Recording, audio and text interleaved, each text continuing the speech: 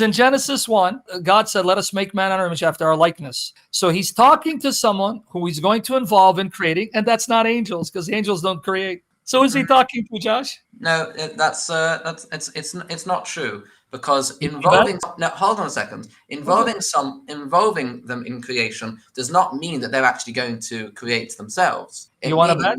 Sorry? You want to bet? It says, let us make man in our image after our likeness. There's no need to talk in the plural, let us make man in our image and our likeness, if God alone is creating, unless there's someone else involved in the creation. So don't give me a post hoc explanation. Deal with unless it is teaching us the lesson that a leader should always consult with those beneath them, even if those beneath them are not actually going to take part in the action. Don't give me your cop-out rabbinic interpretation. I know Why not? Can you argue with it? Yes, I'm going to argue it very easily. Go ahead. Because in Genesis 2:7, I'm going to show you who the other entity was that God used to create man. Be patient. Take it easy. I'm not your rabbis who give this lame excuse. I know what you're going to say. I know you're going to say the voice. What is the breath of life that God breathed into the nostrils of man? What's the breath of life? The breath of life? What's the breath of life? It's the soul. No. Right? He breathes in the soul. No. So it comes in. Right? No. The breath of life is the breath that makes man alive. Yeah, and that is the soul. No, that is the spirit. Hold on, Josh. Let me show you. No, it's the soul. I'm going to use your own books, not me. No, it's the spirit. Here, I'm going to show you. Oh, here you go. From your own Tanakh. I didn't use the Christian Bible. Who created man? The Spirit of God made me, and the breath of the Almighty keeps me alive. So this is Hebrew parallelism. See if you know Hebrew parallelism, because I don't know if the rabbis taught you that yet. In the second line, the Almighty corresponds to who in the first line? God, because God is the Almighty. Oh, good. So the breath in the second line corresponds to who in the first line? Spirit. You just destroyed your case and proved mine. So the breath is the spirit. Good job, Josh. When it says in Genesis 2, and he blew into his nostrils the soul of life.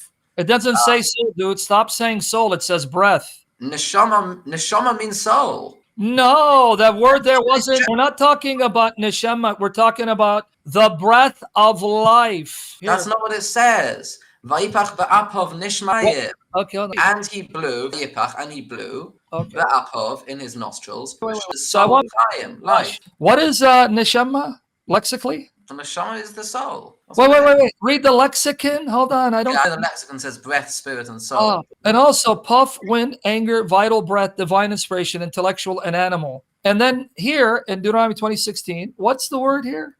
You shall not allow anything that soulless or anything that breathes. It's a very silly translation.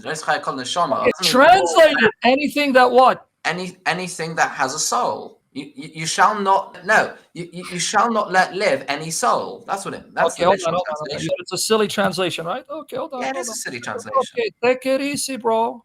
Wait, so how did Rashi translate it? And he breathed into his nostrils the soul of life. No, take it. Right. Dude, take it easy. In Genesis 2, these translations are all bad. We're going to go with yours. In Genesis 2, do you agree that in Genesis 1, the Spirit played a role in creation? Played a role? Yeah, right here. Because it's right here. He was hovering over, the Spirit of God was hovering over the waters. Do you agree? Okay, do you agree that in Genesis 2, it's expanding on Genesis 1? It's filling in the details of Genesis 1. And do you agree that in Genesis 2, the God of Genesis 1 is Hashem, because you say Hashem of Genesis 2? Okay, so now what I want to ask you, to consistency, where do you find the Spirit in Genesis 2? What role does he play in Genesis 2?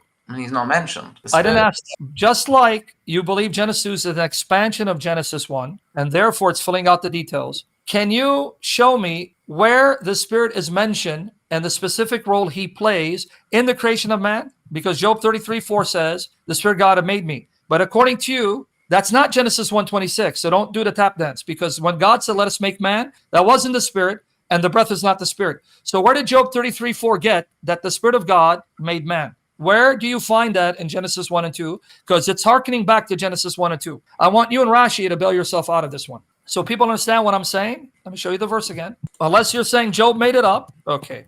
Even a blind man can say that Job 33:4 has in mind Genesis 1 and Genesis 2. But according to you, Genesis 2, the breath of life should be the soul of life, not breath, because you want to tap dance. That's okay. I'll tap dance with you and Rashi. I like to dance. I need to lose weight. So now, where do you find in Genesis 1 and 2 that the Spirit of God made man? Don't appeal to Genesis 1:26, because you just said God wasn't speaking to the Spirit. So where does it say in your Torah, Bereshit, the Spirit made man? Show it to me from Genesis 1 and 2. Yeah. And since you don't like the fact that Neshemet was translated breath, I'm going to show you Psalm 30. Let me go to Chabad. Okay. Now you want to see where the Spirit created the stars? Okay. To prove my point that the breath of life is the Spirit that comes out, not the soul of man. Because I'm going to ask you another question. But see, I told you I'm going to let Rashi to help you to refute me, so I can take both you and Rashi at the same time. Hold on, I've had a look. I've consulted the Malbim, which is another one of our commentaries, and I'm going to agree with you. I'm going to agree with you that the specific aspect of God that created man was the Spirit of God. Nice. Oh, so I was right after 15 minutes of wasting my time? I was right? I had to into it first. I hadn't come across that argument. Oh, so do you now admit God was speaking to the Spirit? No, God wasn't speaking to the Spirit. Who did he say let us make man to? Let us make man then.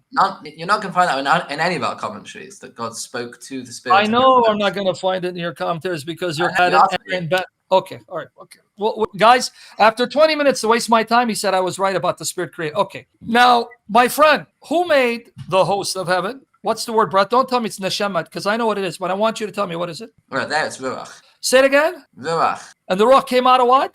His mouth, the breath of his mouth. Just like the breath came out of God's mouth that he blew? Yeah. Oh, and you don't see that the breath is the Spirit then? Yeah, with the breath of his mouth, all their host. Yeah. Okay, but hold on. No, that's not my point. You wasted 20 minutes of my life, and I'm not getting younger. That's okay, hold on. So when it says in Genesis 2:7, when God breathed the breath of life, that breath that came out of him, I said, that's the Spirit that gives life. You go, no, the soul. So now it says that the ruach comes out of his mouth. Isn't that also where the breath comes out from God's mouth? I mean, based on this, there's the breath coming out of his mouth. The ruach comes from his mouth. But it says ruach now. So now you can't play the game saying it's neshemat, meaning soul. So now if the ruach comes out of his mouth, then when God breathes, what is he breathing out of himself? He's breathing the breath out of himself. What is that breath here, buddy? Ruach piv, the breath of his mouth. So you just admit ruach is what? Say it again. Ruach means what? Breath. Only breath? Are we going to play that game?